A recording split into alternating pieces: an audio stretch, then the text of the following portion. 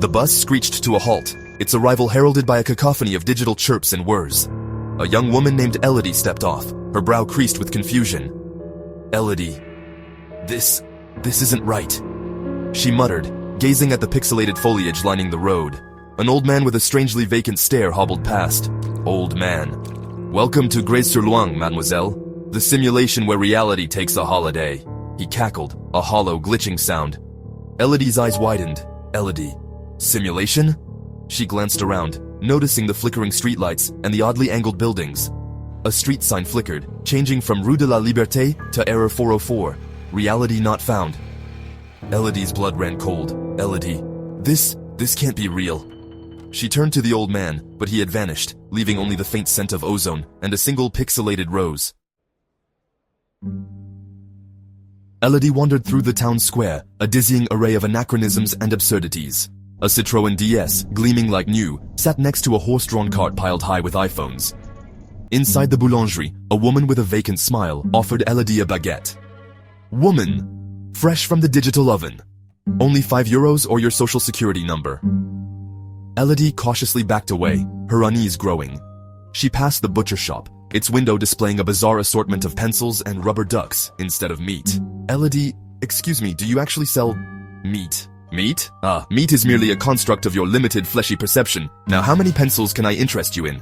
Elodie fled, her heart pounding in her chest. This town was deeply disturbingly wrong. As dusk descended, casting long distorted shadows across the town, Elodie found herself drawn to the river. A thick fog rolled in, carrying with it whispers of something called the Crocomoule. Elodie, the Crocomoule? What is that? She encountered a group of townsfolk huddled around a flickering lamppost. They spoke in hushed, frantic tones, their words a disjointed mix of French and binary code. Townsfolk. The Crocomoule. It comes for those who question the simulation, one whispered, his eyes wide with terror. Elodie tried to ignore the creeping dread. The townsfolk fell silent, their faces blank, their eyes empty. The lamppost flickered violently, plunging them into darkness. When light returned, Elodie stood alone, the air thick with the smell of damp earth and something vaguely reptilian. The next day, the town was abuzz with preparations for the annual Tangdikie festival. Flags fluttered in the breeze, their colors shifting and bleeding into each other like a corrupted image.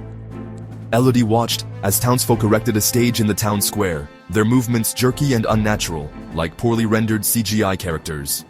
A banner proclaiming Tangdikie, celebrate the absurdity, unfurled above the stage. As night fell, the festival began. The music was a jarring mix of traditional French folk songs and distorted electronica. To Elodie's astonishment, Bob Marley materialized on stage, belting out a reggae version of La Marseillaise while wearing a Hawaiian shirt. The crowd, their faces illuminated by flickering screens and flashing LEDs, danced with a manic energy. The line between reality and nightmare blurred, the air thick with the scent of cotton candy and existential dread. Elodie realized with a sinking heart that she was trapped in this glitching, nonsensical world. Her escape route permanently unavailable.